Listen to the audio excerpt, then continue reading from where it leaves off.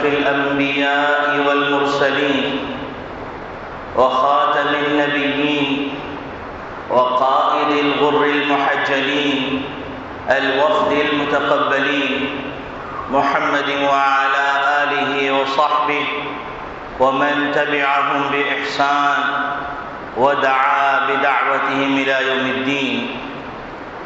أما بعد فأعوذ بالله من الشيطان الرجيم. بسم الله الرحمن الرحيم. قال الله تبارك وتعالى: يا أيها الذين آمنوا إذا نودي للصلاة من يوم الجمعة فاسعوا إلى ذكر الله وذروا البيع ذلكم خير لكم إن كنتم تعلمون. وقال تعالى: ألم يأن للذين آمنوا أن تخشع قلوبهم لذكر الله وما نزل من الحق. وقال النبي صلى الله عليه وسلم: إن في الجمعة لساعة لا يوافقها عبد مسلم يسأل الله تعالى خيرا فيها إلا أعطاه إياه، أو كما قال عليه الصلاة والسلام. چومی گویم مسلمانم میلرزم، چومی گویم مسلمانم میلرزم کہ دانم مشکلات لا الہ را. محمد عربی کے آب روئے حد و سراز، کسے کے خاک درشنیس خاک بر سر او. میرے محترم بزرگوں، عزیز دوستوں، دینی اسلامی بھائیوں، اللہ رب العالمین نے جو چاہا بنایا اور جو چاہا پیدا فرمایا. لا يسأل عما يفعل وهم يسألون. وہ جو چاہتا ہے کرتا ہے، کوئی اس سے پوچھنے والا نہیں، اور ہم جو کچھ بھی کریں گے ہم سے باس پرس کی جائے گی. فعال لما يريد اذا اراد شيئا ان يقول له كن فيكون. ان الله على كل شيء قدير. وربك يخلق ما يشاء ويختار. تمہارا پروردگار جو چاہتا ہے پیدا فرما دیتا ہے، اور جس کو چاہتا ہے اس کو منتخب فرما لیتا ہے. اللہ رب العالمین نے زمین و آسمان بنائے. اللہ رب العالمین نے 7 آسمان بنائے اور اپنے عرش کے لیے 7واں آسمان منتخب فرما لیا. اللہ رب العالمین نے 7 زمینیں بنائیں اور بیت اللہ الحرام کے لیے سب سے اوپر والی زمین کا انتخاب فرمایا، اور زمین کے بہت سارے قطعے ٹکڑے بنائے، لیکن اللہ رب العالمین نے سید الکونین، سید الاولین والآخرین محمد مصطفیٰ احمد مجتبیٰ صلی اللہ علیہ وسلم کے لیے روز اطہر کی جگہ کا انتخاب کیا، جو سب سے زیادہ افضل ہے. اللہ رب العالمین نے پہاڑ بے شمار بنائے، لیکن اپنی تجلی کے لیے جس پہاڑ کا انتخاب کیا اس کا نام کوہ طور. اللہ رب العالمین نے مہینے بنائے، لیکن مہینوں میں اللہ رب العالمین نے رمضان مبارک کو ایک خاص مقام عطا فرما دیا، اور ایسا بلند مقام عطا کر دیا کہ اس دن اللہ رب العالمین نے اس مہینے میں جہنم کے داروغہ مالک کو حکم فرما دیا کہ جہنم کے دروازے بند کر دو، اور جنت کے داروغہ رضوان سے فرما دیا کہ جنت کے دروازے چوپٹ کھول دو. اور اللہ رب العالمین نے رمضان مبارک کے اہتمام کے لیے سارا سال جنت کو آراستہ اور پیراستہ کیا اور جب چاند رات آئی تو ایک ہوار چلی جس کا نام مثیرہ ہے، اور اس کے جھونکوں سے دروازوں کے حلقے اور کواڑ کے کھٹکے بجنے لگے، اور جنت کی جو حوریں تھیں وہ باہر نکل آئی اور رضوان سے پوچھنے لگی کہ یہ کیسی رات ہے۔ اللہ رب العالمین نے اس رمضان مبارک کو ایسا مقام عطا فرمایا کہ اپنے عرش اٹھانے والے فرشتوں کو حکم فرما دیا کہ میرے محبوب صلی اللہ علیہ وسلم کی امتیوں نے روزہ رکھا ہے، تو اب ہم کو ان کی یہ ادا اتنی پسند آئی ہے، اتنی پسند آئی ہے، اتنی پسند آئی ہے کہ تمہاری غذا ذکر و اذکار وہ چھوڑ دو، تم بھی روزہ رکھ لو اور میرے محبوب کی امتیوں کی دعاؤں پر آمین آمین کہتے رہو۔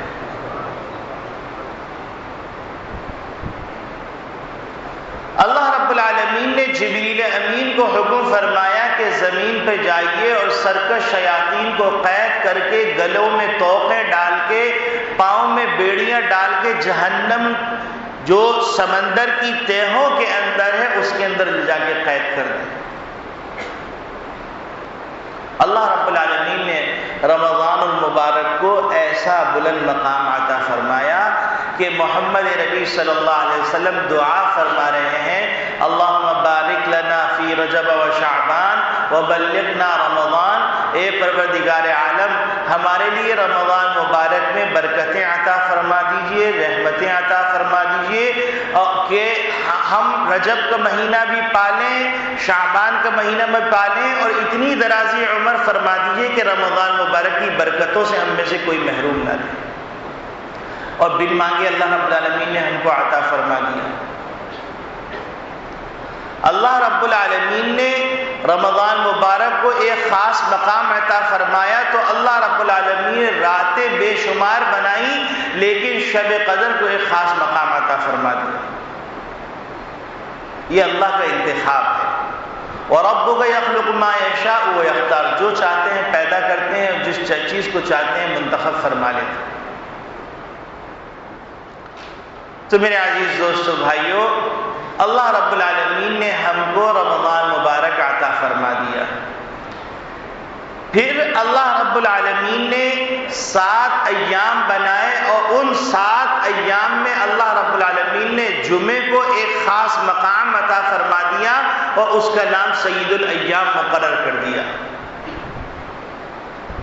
اور اللہ رب العالمین نے یہ جمعہ مسلمانوں کو جو دیا تھا، اس کی اہمیت جب تک مسلمانوں کے دلوں میں تھی تو اس کی شانی اور تھی۔ جیسا کہ آج الحمدللہ مسجدوں کا حال ہے کہ جمعۃ الوداع کی امید سے آج مسجدیں بھری ہوئی۔ محمد نبی صلی اللہ علیہ وسلم کے زمانے میں جمعے کی یہی شان ہوا کرتی تھی۔ آپ صلی اللہ علیہ وسلم اپنی جیتی جاگتی زبان میں صحابہ اکرام رضوان اللہ اجمعین کی طرف رخ کر کے خطاب فرماتے، یا ایھا الذین آمنوا، یا ایھا الناس کہہ کر ان کو ان کا بھولا ہوا سبق یاد دلاتے تھے۔ جمعہ مسلمانوں کا اجتماع تھا، اور جمعہ مسلمانوں کا اجتماع ہے، اور جمعہ قیامت تک مسلمانوں کا اجتماع رہے گا۔ لیکن یہ جمعہ ایک ولولہ انگیز اجتماع تھا، ایک روح پرور اجتماع تھا، یہ اسلامی تعلیمات سے بھرپور اجتماع تھا، نورانیت اور ربانیت کی تعلیمات سے بھرپور اجتماع تھا۔ لیکن مرور زمانہ کے ساتھ ساتھ جیسے ہر چیز کی روح نکلتی چلی گئی، ایسے ہی جمعے کی بھی روح نکلتی چلی گئی۔ رہ گئی رسم اذاں، روح بلالی نہ رہی، رہ گئی رسم اذاں، روح بلالی نہ رہی، کہ حضرت بلال حبشی جب اذان دے رہے ہیں تو مدینے کی گلیاں امڑ آئیں کہ محمد نبی صلی اللہ علیہ وسلم کے زمانے کی اذان دی جا رہی ہے۔ اور بلال حبشی جب اذان دیتے ہوئے اشہد ان محمد رسول اللہ پہ پہنچتے ہیں تو روز اطہر کی طرف جب ان کی نگاہ جاتی ہے تو محمد نبی صلی اللہ علیہ وسلم آج زمین پر نظر نہیں آتے ہیں، زمین کے اوپر نظر نہیں آتے، تو ان کی چیخ نکل جاتی ہے، بے ہوش ہو کے گر جاتے ہیں، اور ہر عورت اپنے گھروں سے، اپنے دہلیز سے باہر نکل آتی ہے اور کہتی ہے محمد نبی صلی اللہ علیہ وسلم کا زمانہ یاد آ گیا۔ تو شاعر حسرت سے کہہ رہا ہے رہ گئی رسم ازاں روح بلالی نہ رہی، فلسفہ رہ گیا تلقین غزالی نہ رہی۔ تو میرے عزیز دوستو بھائیوں، یہ مسلمانوں کا اجتماع ہے، اور جس دن مسلمانوں نے اپنے اس اجتماع کو اپنا اجتماع سمجھ لیا اور جمعے کا پیغام اپنی زندگی کا حصہ بنا دیا، قسم خدا کی سارے افتراقات ختم ہو جائیں گے، سارے اختلافات ختم ہو جائیں گے۔ آپ ذرا تصور کیجئے، جمعے کے اندر جامعیت کا تصور، جامعیت کا پیغام ہے کہ ہر شخص قبلہ روح ہو کے کھڑا ہوتا ہے اور ایک صف میں کھڑے ہو کر یہ تصویر پیش کرتا ہے کہ ایک صف میں کھڑے ہو گئے محمود و ایاز، نہ کوئی بندہ رہا نہ کوئی بندے نواز۔ یہ طبقاتی نظام کے کلیجے کے اوپر ایک ایسا وار پڑتا ہے کہ جس کے نتیجے میں ہر شخص ایک ہی صف میں نظر آتا ہے۔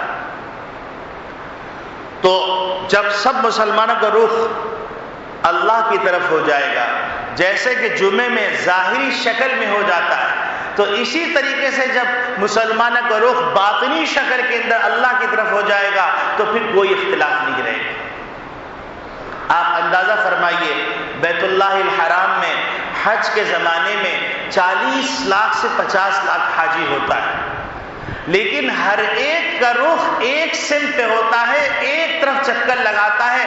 تو آپ دیکھیے ہزاروں نہیں لاکھوں آدمی بیک وقت طواف کر رہے ہوتے ہیں، کوئی اختلاف نہیں ہوتا۔ وہاں پر کالا بھی ہوتا ہے، گورا بھی ہوتا ہے، امیر بھی ہوتا ہے، غریب بھی ہوتا ہے، مختلف قوموں اور نسلوں سے تعلق رکھنے والے بھی ہوتے ہیں، ایک دوسرے کے دشمن بھی ہوتے ہیں، ایک دوسرے کے محبوب بھی ہوتے ہیں، جنات بھی ہوتے ہیں، فرشتے بھی ہوتے ہیں، انسان بھی ہوتے ہیں، چرند بھی ہوتے ہیں، دیگر مخلوقات ہوتی ہیں کہ اللہ رب العالمین کی مخلوقات اتنی ہیں کہ اس کو شمار نہیں کر سکتے، لیکن سب کا رخ ایک ہی ہوتا ہے، ظاہری شکل میں بھی باطنی شکل میں بھی۔ ہر ایک کے دل میں یہی ہوتا ہے کہ میرا پروردگار مجھ سے راضی ہو جائے۔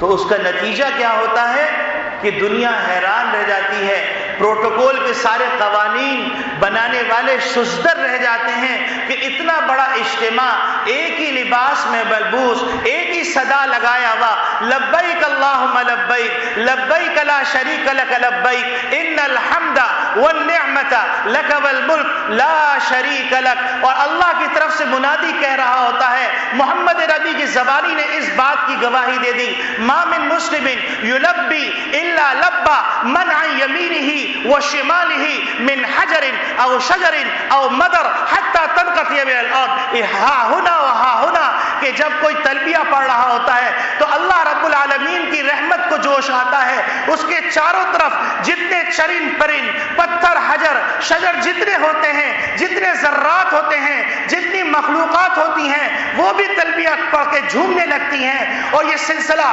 منتہائے ارض تک پھیل جاتا ہے، اور یہ صدا وَلَٰكِن لَا تَفْقَهُونَ تَسْبِيحَهُمْ، تم اس صدا کو سن نہیں سکتے۔ تو میرے عزیز دوستو بھائیو، مسلمانوں کا جو نظام ہے، اسلام کا جو نظام ہے، اجتماعیت کا نظام، ایک جسد واحد کا نظام ہے، اور جمعے کا اجتماع بار بار ہر مہینے میں 4 بار یہ پیغام دیتا ہے کہ مسلمانوں اجتماعیت کی طرف آ جاؤ۔ مسلمانوں وہ وقت کب آئے گا جب تم ایک دوسرے کے لیے ایک جان کے مانند ہو جاؤ گے؟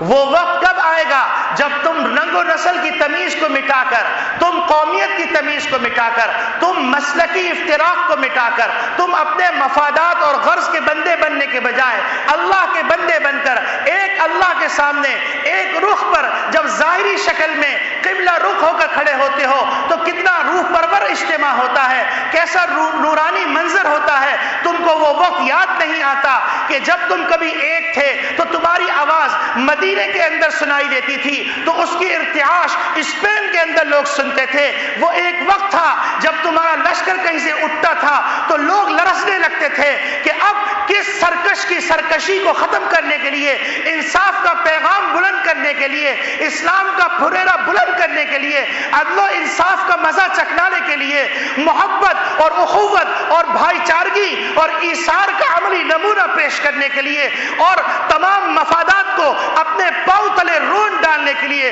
قرآن کے حکم کو غالب کرنے کے لیے، محمد ربی صلی اللہ علیہ وسلم کی فکر کو سارے عالم کے اندر پہنچانے کے لیے، سارے کافروں کو اللہ کے سامنے سجدہ ریز کرنے کے لیے، وہ عورتیں جو سسک رہی ہیں، دم توڑ رہی ہیں، اور وہ بچے جو یتیم ہو رہے ہیں، وہ مائیں جو بیوہ ہو رہی ہیں، وہ مائیں جن کے سروں سے دوپٹہ چھینا جا رہا ہے، جن کے ناموس کی حفاظت نہیں کی جا رہی، اگر سندھ کے اندر کوئی معتصمہ کی آواز لگاتا ہے تو وہاں پر بغداد کے اندر اس کی سوزش کو سنا جاتا ہے۔ وہ وقت یاد آ جاتا ہے جب اسپین کے کتب خانوں کے اندر 4 لاکھ کتابوں سے مسلمان لطف اندوز ہو رہے تھے، اور اس وقت شارلمان فرانس کے اندر اپنے ناموں کے ہجے سیکھ رہا تھا، اس وقت قرطبہ کے اندر رصد گاہوں کے اوپر ریسرچ ہو رہی تھی، اسپین کی وہ تاریخ یاد آ جاتی ہے، مسجد قرطبہ نظر آ جاتی ہے، سلطنت عثمانیہ نظر آ جاتی ہے، سلطنت بغداد نظر آ جاتی ہے، سلطنت اسلامی سلطنتوں کے وہ عروج، وہ کر و فر یاد آ جاتا ہے کہ مسلمان کہیں پر ظلم کو دیکھتے بے چین ہو جاتے۔ آج مسلمان خود ظلم سہ رہا ہے، کوئی اس کی فریاد سننے والا نہیں ہے۔ یہ اجتماعیت جمعے کا دن تم کو پیغام دے رہا ہے، کب تک تم اپنے پیٹ کے بندے بنے رہو گے؟ کب تک تم اپنے مفادات کے بندے بنے رہو گے؟ کب تک تم خود غرض بنے رہو گے؟ کب تک تم چند ٹکوں کی خاطر بکتے رہو گے؟ کب تک تم سیاسی چالوں کے اندر اپنے ایمان کا سودا کرتے رہو گے؟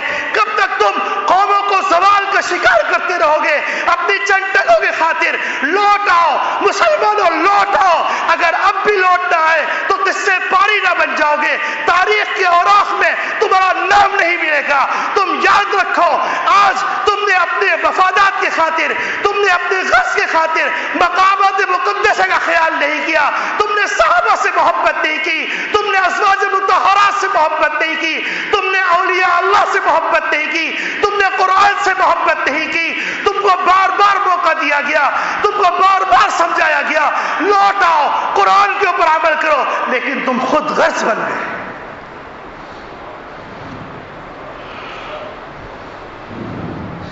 اور ہر شخص یہ سوچتا رہا کہ میری باری نہیں، اس کی باری ہے، میرا کاروبار تو چل رہا ہے، میں تو زندگی گزار رہا ہوں، اگر میرے برابر میں کوئی بیوہ روتی ہے تو رونے دو، میرے برابر میں کوئی یتیم ہوتا ہے تو ہونے دو، کسی کا گھر اجڑتا ہے تو اجڑنے دو، کسی کا نشیمن تباہ ہوتا ہے تو ہونے دو۔ اگر میرے گھر کی زینت میں ایک غریب کی جگی آل ہو رہی ہے تو اس جگی کو اڑانے کے لیے میں تیار ہوں، لیکن وہ وقت بھول گئے جب ہم لوگوں کے سروں پر دوپٹہ رکھتے تھے، شفقت کا ہاتھ رکھتے تھے، ہم ایک جسد واحد کی طرح تھے، ہر چیز ایک رسم بن گئی، قرآن رسم، تراویح رسم، جمعہ رسم، شب قدر رسم، دعا رسم، خیرات رسم، اللہ سے کچھ مانگنا ہی نہیں اور اللہ سے کچھ لینا ہی نہیں، دنیا میں ہی سب کچھ لینا ہے، دنیا والوں سے ہی سب کچھ لینا ہے، اللہ کے سامنے اللہ کی عزت، اللہ کی نگاہ میں عزت، اس کی کوئی پرواہ نہیں، دیکھی جائے گی۔ بڑے جری ہو گئے، اللہ نے قرآن میں کہا فما اصبرہم علی النار، تم آگ پہ کتنا صبر کر سکتے ہو، کیسے صبر کرو گے؟ تعجب کا صیغہ ہے، بڑے تعجب کی بات ہے، یہ آگ پر بڑا صبر کر لیں گے؟ یہاں دنیا کی پھانس برداشت نہیں کر سکتے، سر کا درد برداشت نہیں کر سکتے، اپنے بیٹے کی تکلیف برداشت نہیں کرتے۔ کل حشر کے میدان میں جب انبیاء علیہ السلام لرز رہے ہوں گے، نفسی نفسی پکار رہے ہوں گے، اور اللہ کے عرش کے اٹھانے والے فرشتے وہ تھرا رہے ہوں گے، بڑے جری ہو گئے۔ اللہ رب العالمین تعجب سے پوچھ رہے ہیں الم یأن للذین آمنوا ان تخشع قلوبهم لذکر اللہ، کیا اب بھی وقت نہیں آیا اہل ایمان کے لیے، اب بھی وقت نہیں آیا اہل ایمان کے لیے کہ ان کے دل میں گداز پیدا، نرمی پیدا، اللہ کی شرم و حیا پیدا؟ کوئی نہیں دیکھ رہا، اللہ تو دیکھ رہا ہے۔ اللہ کیا تمہارے بھیدوں سے واقف نہیں؟ رات کی تاریکی میں گناہ کرو، اللہ دیکھ رہا ہے۔ غار کے اندر چھپ کے گناہ کرو، اللہ دیکھ رہا ہے۔ جتنی مکاریوں کے جال بن لو، اللہ دیکھ رہا ہے۔ جتنی ملمہ سازی کر لو، اللہ دیکھ رہا ہے۔ جتنا پیسہ خرچ کر لو، اللہ دیکھ رہا ہے۔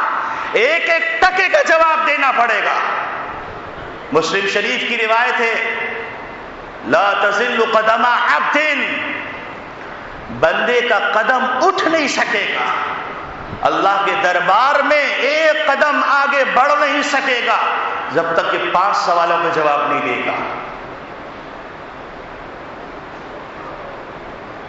عن شبابہ، جوانی کہاں گزار کے آئے،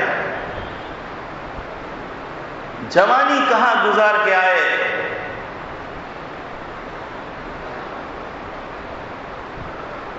مال کہاں سے کمایا، مال کہاں خرچ کیا؟ آج کوئی آڈٹ کمپنی، سرکاری محکمے کہہ دیں کہ تم نے جو ریٹرن جمع کرایا سارا جعلی ہے، تمہاری تمام پراپرٹی غصب کر لی جائے گی، ضبط کر لی جائے گی، تو راتوں کی نیند اڑ جاتی ہے۔ اللہ کہہ رہے ہیں کہ میں اپنے حقوق پھر معاف کر دوں گا، لیکن یاد رکھنا بندوں کے حقوق معاف نہیں کروں۔ جب پہلے زمانے میں بندوں کے حقوق کی بات کی جاتی تھی تو اس کا مطلب یہ ہوتا تھا کسی دور دراز کے آدمی کے حق کو سلب کیوں۔ آج ماں بیٹا کا رشتہ ایک کچے دھاگے سے بندھا ہوا ہے، میاں بیوی کا رشتہ کچے دھاگے سے بندھا ہوا ہے، بھائی بھائی کا رشتہ کچے دھاگے سے بندھا ہوا ہے، مسلمان کا رشتہ کچے دھاگے سے بندھا ہوا ہے۔ یہ اسلام ہے؟ ہم پلٹ کے دیکھیں کہ ہم نے رمضان کا آغاز کیسے کیا تھا، اور آج رمضان گزرتے ہوئے ایک صدا پھر دے رہا۔ اے محمد صلی اللہ علیہ وسلم کی امتیوں، اب بھی آخری لمحہ ہے، لوٹ آؤ، لوٹ آؤ، اس رب کریم کی طرف لوٹ آؤ جو بہت نوازنے والا ہے، اس پروردگار کی طرف لوٹ آؤ کہ 70 سال کا بوڑھا 70 سال تک یا صنم پکارتا رہا، اور پکارتے پکارتے پکارتے ایک دن جب معاشرے نے اس کو اٹھا کے پھینک دیا، غلطی سے منہ سے نکل گئے یا صمد، تو پروردگار نے عرش سے فرش پر جواب دیا لبیک و سعدیک یا عبدی۔ تو 70 سال پکارتا رہا صنم کو، اس نے جواب نہیں دیا، آج تو نے مجھے ایک دفعہ پکارا، بول میرے بندے تو کیا چاہتا ہے؟ تو میرے عزیز دوستو بھائیوں، وہ تو اتنا نوازنے والا اور ہم اتنے سرکش۔ وہ نوازنے پہ آئے تو کیسا نوازے؟ آپ دیکھیے کہ ایک شخص بہت بڑا تاجر تھا، بہت بڑا تاجر، اس کے گردے فیل ہو گئے، گردے فیل ہو گئے تو ڈونر گردے دیتے ہیں، غریب ممالک میں گردے بکتے، تو اس ڈونر نے گردے کا کہہ دیا، سارا ایگریمنٹ سائن ہو گیا، ایک سائڈ سے سیکنڈ سائڈ سے اس کے سائن کرنا باقی تھے، تو اس نے کہا میں ڈونر سے ملنا چاہتا ہوں۔ انہوں نے کہا آپ کو آپ کا گردہ مل رہا، آپ ڈونر سے مل کے کیا کریں گے؟ کہنے لگے نہیں، میں ملنا چاہتا ہوں۔ بہت اصرار کیا، بہت منع کیا، اصرار کرنے پہ بتایا گیا کہ فلاں ملک کے اندر ڈونر ہے۔ وہ ملنے گیا تو کیا دیکھتا ہے 18 سال کی 19 سال کی لڑکی۔ اس نے پوچھا کہ بیٹا تو کیوں جو ہے اپنا گردہ دے رہی؟ تو اس نے کہا یا عم انی مسکینہ، اے چچا جان میں غریب ہوں اور میرے پاس کچھ نہیں۔ اس کی چیخ نکل گئی، اس نے کہا میں 55 سال کا ہو گیا ہوں، یہ تو ابھی کھلتی ہوئی کلی ہے۔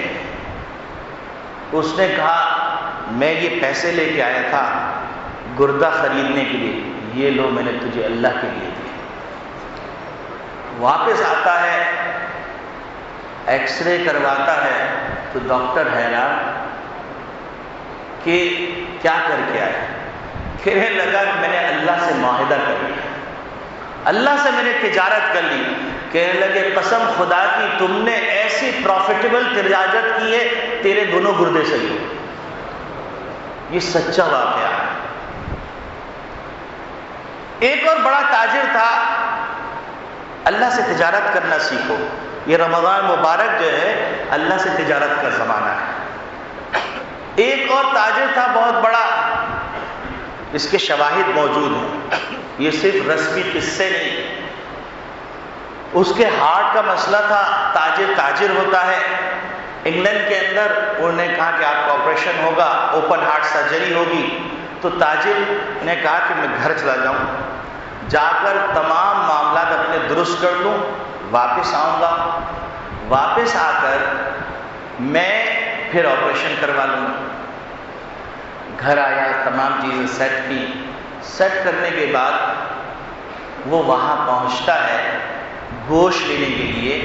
تو ایک گوشت کی دکان پر وہ عجیب غریب منظر دیکھتا ہے کہ ایک خاتون کھڑی ہوئی ہیں، ان کے ہاتھ میں ایک ٹوکری، قصائی جو چھیچڑے پھینک رہا ہے وہ اٹھا کے جلدی سے ڈال دیتی ہے، جو چھیچڑے پھینک رہا ہے اٹھا کے جلدی سے ڈال دیتی ہے۔ تو وہ گیا اس کے پاس اور جا کے اشتفعین، تم یہ کیا کر رہی ہو؟ تو اس نے کہا کہ میری 6 بچیاں ہیں، میرے گزر اوقات میں کچھ نہیں ہے، میں یہاں پر گوشت کی دکان پہ آ جاتی ہوں، سارا گوشت لے کر جو چھچڑے ہوتے ہیں اسی کو پکا کر میں اپنے بچوں کو کھلاتی ہوں۔ اس نے کہا کتنے گوشت کافی ہو جائے گا؟ اس نے کہا اتنا۔ اس نے قصائی کے پاس گیا، سال بھر کے پیسے دیے اور کہا سال تک تم اعلیٰ گوشت اس خاتون کو دیتے رہے۔ عورت کا سننا تھا، وہ اس کے قدموں میں گر گئی اور روتے ہوئے دعا دینے لگی۔ وہ واپس گھر آ گیا اور گھر آ کر انگلینڈ گیا آپریشن کروانے کے لیے، دوبارہ ٹیسٹ ہوئے، سارے بال کھلے۔ یہ اللہ سے تجارت ہے۔ ربی ابن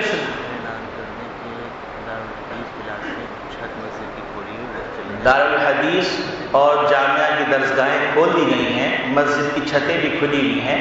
جو احباب راستوں میں کھڑے ہوئے ہیں ان سے درخواست ہے کہ وہ درسگاہوں میں تشریف لے جائیں یا پھر وہ مسجد کی چھت پر تشریف لے جائیں۔ ایک اور اللہ کا بندہ تھا، اس کا نام تھا ربیع ابن سلیمان۔ حضرت شیخ الحدیث صاحب نے اس واقعے کو بڑے وضاحت کے ساتھ لکھا ہے کہ ربیع ابن سلیمان رحمۃ اللہ علیہ ایک اللہ کے بندے تھے، حج پہ جایا کرتے تھے، حج کے ارادے سے نکلے، ان کے جزاد بھائی ان کے رشتہ دار ساتھ تھے اور وہ اس غرض سے نکلے، شام میں رکے، اس غرض سے کہ زیادہ راہ لے لے، شاپنگ کرنے لگے۔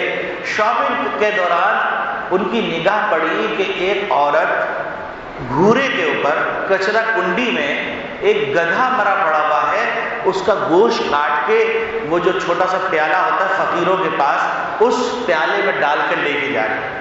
ان کو تشویش ہوئی کہ کہیں یہ بھٹیارن ہے اور مسافروں کو کھانا پکا کے کھلا دے گی، وہ اس کے پیچھے ہو لی۔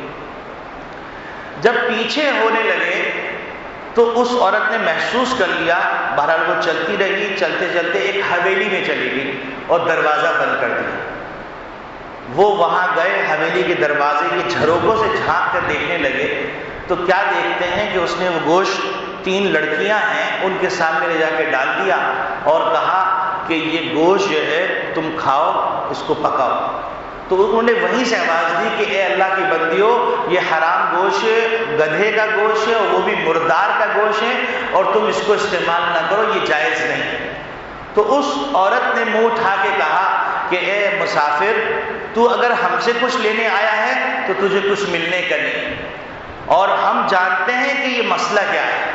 اور پھر کہنے لگی کہ ہم سادات خاندان کی خواتین ہیں، اس کا والد بہت بڑا مالدار تھا، اس کا ارادہ تھا کہ ان بچیوں کی شادی کر دے، لیکن وقت نے ساتھ نہیں دیا، دنیا سے رخصت ہو گیا۔ رخصت ہونے کے بعد اب قسمہ کرسی کا یہ عالم ہو گیا ہے کہ اب کھانے کو کچھ نہیں ہے، فاقے کی نوبت ہے، اب ہمارے لیے مردار کھانے کی گنجائش۔ ربیع بن سلیمان کے دل پہ چوٹ لگی، واپس آئے شام میں جہاں پر ٹھہرے تھے، وہاں پر واپس آنے کے بعد انہوں نے 500 درہم کے آٹا غلہ خریدا اور کچھ پیسے کھلے دیے، کچھ کپڑا لیا اور پیسے غلے کے اندر رکھے، اور اپنے چچزاد بھائی سے کہا میں اس سال حج پہ نہیں جا رہا۔ چچزاد بھائی نے حج کے فضائل سنائے، انہوں نے کہا بہرحال جو بھی ہے میں نہیں جا رہا۔ آج کے زمانے میں تو حج آسان ہے، پہلے قافلوں کے ذریعے سے حج میں جاتے تھے، تو وہ وہاں پر چلے گئے۔ جانے کے بعد وقت گزرتا رہا اور اس نے دے دیا، تو ان عورتوں نے ان بچوں نے خوب دعائیں دی، وہ واپس آ گئے، قافلے چلے گئے، اور پھر کچھ عرصہ گزرنے کے بعد ان کو خیال آیا اور تکلیف کے حج رہ گیا اس سال، بڑے غمزدہ بڑے افسردہ، اور وہاں سے تشریف لائے۔ جب قافلے آنے لگے تو انہوں نے کہا چلو قافلے والوں سے جا کے ملتے ہیں، دعا کی درخواست کرتے ہیں۔ اب قافلے والوں سے جا کے ملے اور ان سے کہا کہ میری لیے دعا کرنا، ایسے بد نصیب کے لیے دعا کرنا جو دہلیز پہ پہنچ کر حج کے لیے نہیں آ سکا۔ انہیں کیسی بات کر رہے ہو، تم عرفات میں ہمارے ساتھ نہیں تھے، تم ہمارے ساتھ مینا میں نہیں تھے۔ تو ان کو حیرت ہوئی، یہ کیا بات کر رہے ہیں۔ وہ قافلہ گیا، پھر ان کے رشتہ داروں کا قافلہ آ گیا، قافلہ آ گیا تو قافلہ آنے کے بعد انہوں نے قافلے والوں نے پھر اس بات کا تذکرہ کیا، انہوں نے دعا کی درخواست کی، کیسی بات کر رہے ہو، تم طواف نہیں کر رہے تھے۔ پھر ایک آدمی آیا کہ ربیع بن سلیمان کون ہے، انہوں نے کہا میں ہوں۔ کہنے لگے بھائی روزے اقدس پہ سلام پیش کر رہے تھے، رس زیادہ تم نے مجھے تھیلی دی تھی، یہ تھیلی اپنی رکھو امانت۔ تو وہ کہنے کہ میں نے زندگی میں کبھی یہ تھیلی دیکھی نہیں تھی، تو تھیلی دیکھی تو اس پہ مہر لگی ہوئی تھی اور لکھا ہوا تھا من عاملنا ربیحا، جو ہم سے معاہدہ کرتا ہے، جو تجارت کرتا ہے وہ فائدے میں رہتا ہے۔ ربیع بن سلیمان حیران ہو گئے کہ یہ ماجرا کیا ہے۔ اسی شش و پنج میں واپس گھر آ گئے، اور گھر آنے کے بعد اپنے رات کے معمولات پورے کیے، سو گئے، تو زیارت ہوئی نبی اکرم صلی اللہ علیہ وسلم۔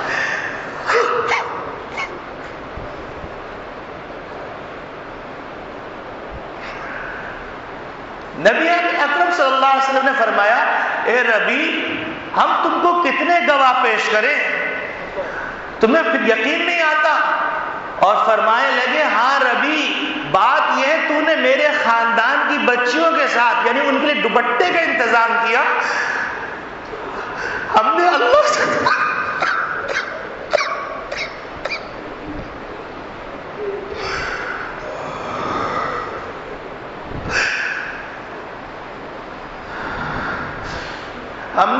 سے درخواست کی، اللہ رب العالمین نے ہماری درخواست سنی اور ایک فرشتہ تیری شکل میں پیدا کیا ہے اور قیامت تک وہ تیری طرف سے حج کرتا رہے گا۔ اور نبی کریم صلی اللہ علیہ وسلم نے فرمایا من عامل الربیع، جو ہم سے تجارت کرتے ہیں فائدہ ہی اٹھاتے ہیں۔ مسلمانوں اللہ سے تجارت کر لو، اللہ کے رسول سے تجارت کر لو، تمہاری تجارت میں نقصان ہوتا ہے تم غم زدہ ہو جاتے ہو۔ اللہ نے بازار لگا دیا، کم سے کم اس باندی سے سبق سیکھ لو جو ہارون رشید کے پیچھے مورچھل جل رہی تھی۔ ہارون رشید نے اعلان کیا کہ آج جو جس پہ ہاتھ رکھے گا میں بہت خوش ہوں، یہ اس کا ہوا۔ ہیرے جواہرات زمرد یاقوت پھیلا دیے، ساری چیزیں پھیلی، ہر ایک نے ہر چیز پر ہاتھ رکھ لیا۔ وقت گزرتا، باندی کھڑی رہی، مورچھل جلتی رہی۔ ربیع بن سلیمان نے ہارون رشید نے فرمایا کہ اللہ کی بندی تو کسی چیز پہ ہاتھ نہیں رکھتی؟ تو اس نے کہا کہ امیر المومنین یہ اعلان میں آپ کے منہ سے سننا چاہتی ہوں۔ انہوں نے کہا ہاں سچ کہہ رہا ہوں، آج جو جس پہ ہاتھ رکھے گا اس نے چپکے سے ہارون رشید کی شانے پہ ہاتھ رکھے. یہ کیا؟ کہنے لگے امیر المومنین آپ جس کے ہو گئے یہ سب کچھ اسی کا ہے. تو اللہ کے بندو اللہ کو اپنا بنا لو. اللہ تو روزانہ کہہ رہا ہے ہم مائل بکرم ہیں، کوئی سائل ہی نہیں. ہم مائل بکرم ہیں، کوئی سائل ہی نہیں.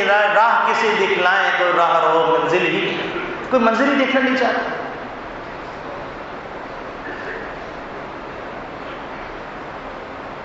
نبی اکرم صلی اللہ علیہ وسلم عجیب غریب بات فرما رہے ہیں.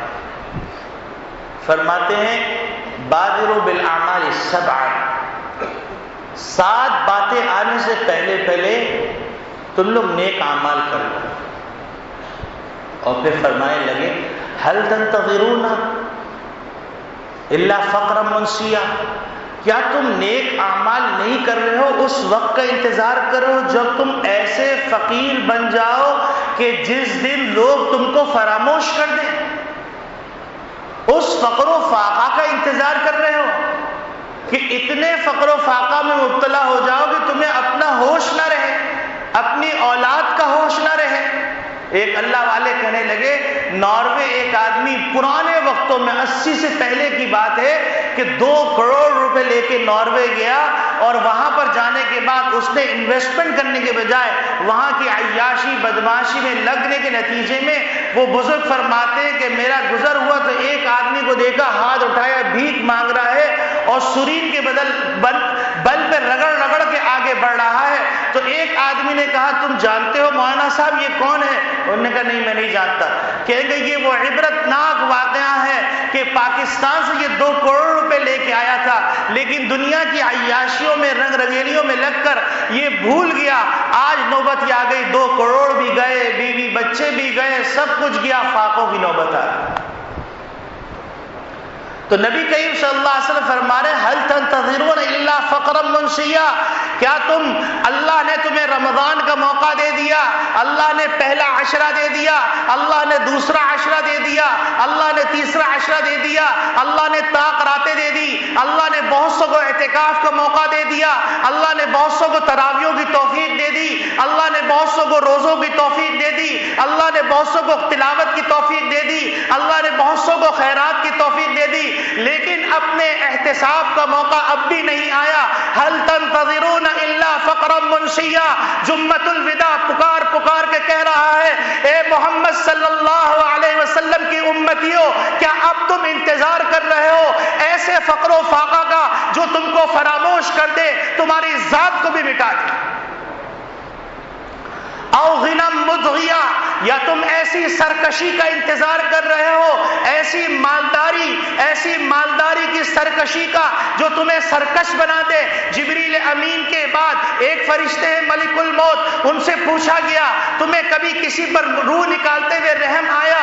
تو ملک الموت نے کہا صرف 2 موقع پہ رحم آیا. ایک وہ موقع تھا جب ایک عورت کا جہاز ٹوٹ گیا، وہ امید سی تھی، تختے کے اوپر اس نے اپنی جان بچائی، اسی وقت ولادت ہوئی. آپ نے حکم فرمایا اس موج کے اندر جو طوفانی موجیں تھی، اس پٹرے کے اوپر ماں جو اپنے دل میں کتنی امیدیں لی ہوئی تھی، اس کا ایک چہیتا بیٹا جس کی ولادت ہوئی تھی، اس کا کوئی والی وارث نہیں تھا پروردگار. نہ عرش پہ کوئی نظر آتا تھا، نہ فرش پہ کوئی نظر آتا تھا، نہ آسمان پہ کوئی نظر آتا تھا، زمین کے اوپر کوئی نظر نہیں آتا تھا.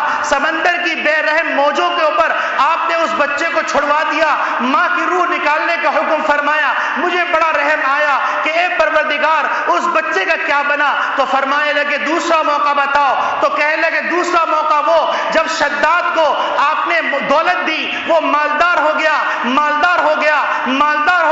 پھر اس نے آپ کے مقابلے میں ایک جنت بنائی، اور جنت بنانے کے بعد اس نے فیصلہ کیا جب تک مکمل نہیں ہوگی اس وقت تک میں جنت میں قدم نہیں رکھوں گا. جنت مکمل ہوئی، اس نے دہلیز پہ پہلا قدم رکھا. آپ نے حکم فرمایا اس کی روح نکال لو. مجھے بڑا رحم آیا کہ کاش وہ اپنی جنت تو دیکھ لیتا. اللہ نے فرمایا تجھے ایک ہی شخص پہ 2 دفعہ رحم آیا.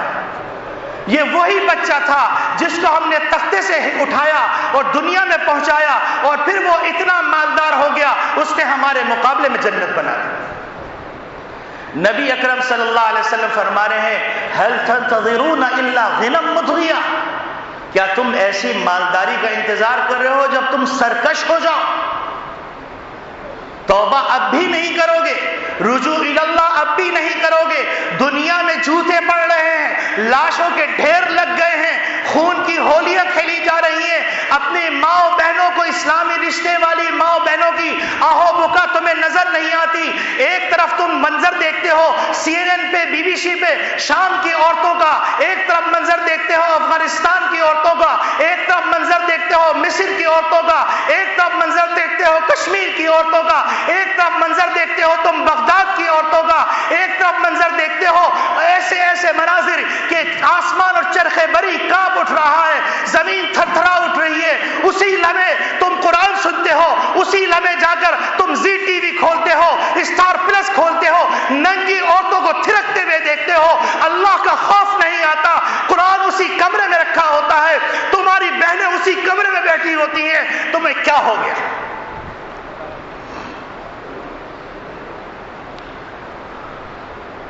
نبی کریم صلی اللہ علیہ وسلم تیسری بات فرما رہے ہیں او مرض مفسدہ، یا تم ایسی بیماری کا انتظار کر رہے ہو کہ جو تمہیں چلنے پھرنے سے قاصر کر دے، پھر توبہ کرو گے، پھر رجوع اللہ کرو گے۔ او موتا مجہزہ، یا تم موت کا انتظار کر رہے ہو جو اچانک آ جائے۔ او حرما مسندا، یہ ایسے بڑھاپے کا انتظار کرو جو سٹھیا ڈالے تم کو کہ بچے بھی تمہیں ایدھی سینٹر میں جمع کروا کے آ جائیں۔ اب دجال، یا تم دجال کا انتظار کر رہے ہو۔ فشر غائب ينتظر، یہ اندیکھی چیزوں میں سب سے ہیبت ناک چیز، حضرت آدم علیہ السلام سے لے کر حضرت محمد مصطفیٰ صلی اللہ علیہ وسلم میں سے ہر ایک نبی نے اس کی شر سے پناہ مانگی۔ اب الساعہ، یا تم قیامت کا انتظار کر رہے ہو۔ فالساعة ادہا وامر، یہ قیامت بڑی ہولناک چیز۔ یوم تذہل کل مرضعة عما ارضعت وتضع كل ذات حمل حملها وترى الناس سكارى وما هم بسكارى، کہ وہ دن تو ایسا ہولناک دن ہے کہ دودھ پلانے والی مائیں اپنے بچوں کو پٹخ دیں گی، حاملہ عورتوں کے حمل ساقط ہو جائیں گے، لوگوں کو تم دیکھو گے جیسے نشے کی حالت میں ہیں۔ وما هم بسكارى، انہیں کوئی نشہ نہیں بلکہ اللہ کے عذاب کے خوف سے لرز رہے ہیں۔ کیا تمہیں وہ وقت یاد نہیں جب سونامی آیا؟ اگر تم نے نہیں دیکھا تو نیٹ پہ جا کے سونامی ڈالو، دیکھو ننگی دھڑنگی عورتیں، عیاشی میں مبتلا عورتیں، وہ تمام عورتیں کس طرح بھاگ رہی تھی، وہ تمام مرد جو نشے کے عالم میں دھت تھے وہ کس طرح بھاگ رہے تھے۔ اللہ کے حکم سے صرف ایک پانی کی لہر تو آئی تھی، اس نے علاقوں کے علاقوں کو تہو بالا کر دیا۔ کیا تمہیں اسلام آباد کی وہ بلڈنگ یاد نہیں آتی جہاں پر زنا کا اڈا قائم تھا، پوری بلڈنگ زمین بوس ہو گئی؟ کیا تمہیں زلزلہ یاد نہیں آتا؟ کیا تمہیں باغ کے مناظر یاد نہیں آتے؟ کیا تمہیں مظفر آباد کے مناظر یاد نہیں آتے؟ کیا تمہیں دریا کنہار کے وہ واقعہ یاد نہیں آتا جس واقعے میں ایک لاش کو دفن کیا جا رہا ہے، وہ لاش کو زمین اٹھا کے پھینک دیتی ہے، اس لاش کو پانی میں پھینکا جاتا ہے، پانی اٹھا کے باہر پھینک دیتا ہے۔ پوچھا گیا یہ کون بد نصیب ہے؟ بتایا گیا یہ وہ بد نصیب ہے جس نے اپنی بیٹی سے شادی کی تھی۔ کب آنکھیں کھلیں گی؟ کس دن کا انتظار کر رہے ہو؟ کب توبہ کرو گے؟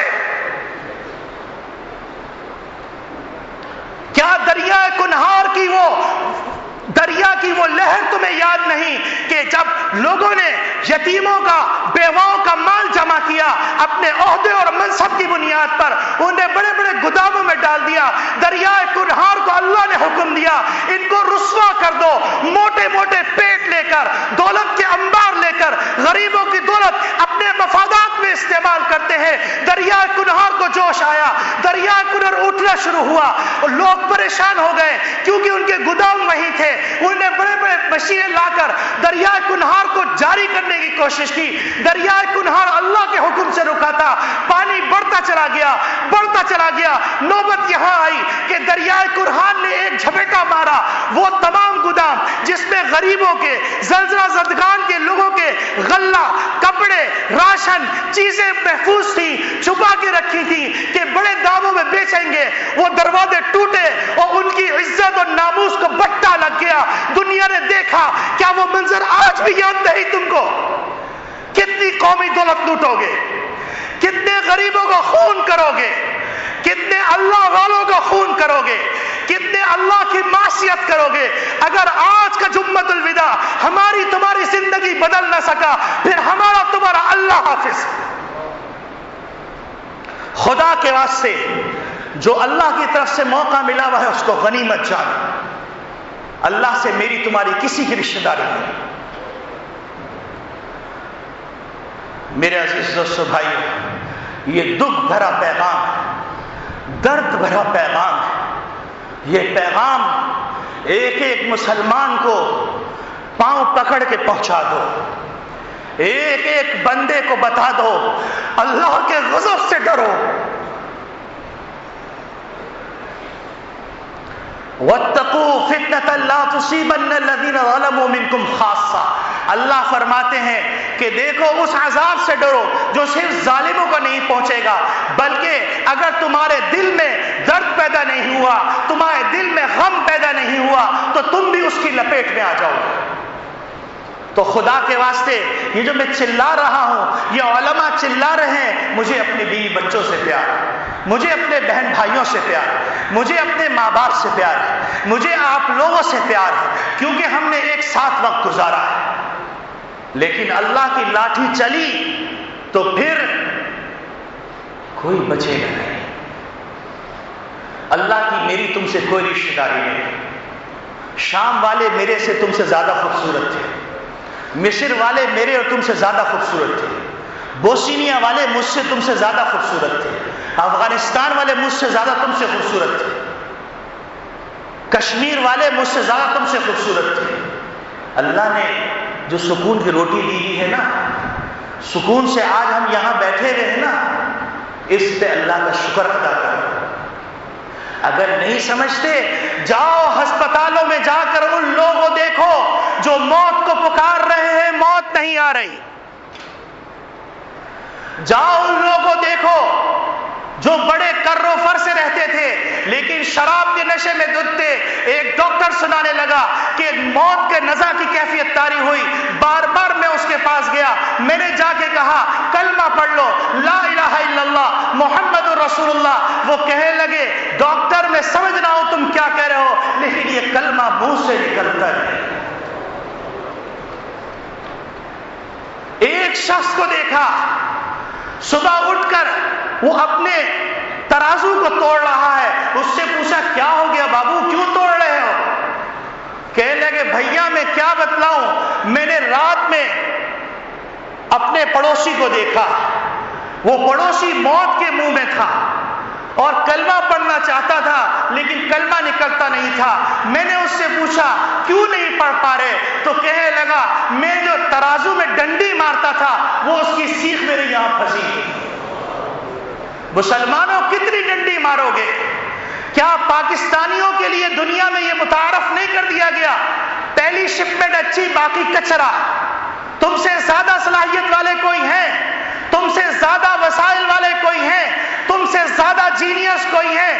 دنیا کے اندر افرادی قوت جب چاہیے تو اس وقت 65% نوجوان تمہارے پاس, لیکن اللہ سے غافل ہو گئے.